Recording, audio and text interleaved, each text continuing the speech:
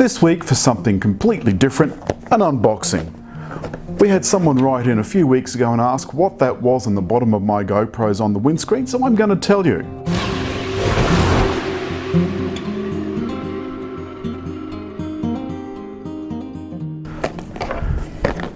We use GoPros in the car, and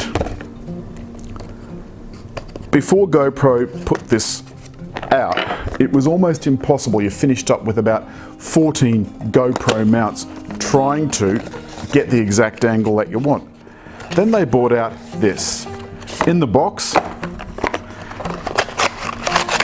which is customarily difficult to get out, is this.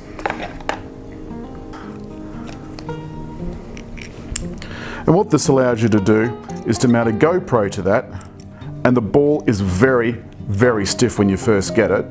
But here's one I prepared earlier. So we've been using this for a couple of years now, and it's a little bit easier to work. Basically, you can twist this any way you like, 360 degrees on this GoPro. Without this, you're going to have a GoPro on a very, very, very strange angle, almost 90% of the time. So in the box, throw that away,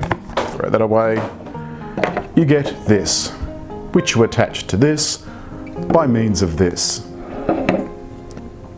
You can then put that on anything you like, even this, like so.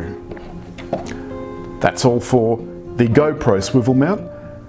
About 35 bucks this cost. If you order it from GoPro's site, it's 34 bucks plus another 34 bucks for delivery.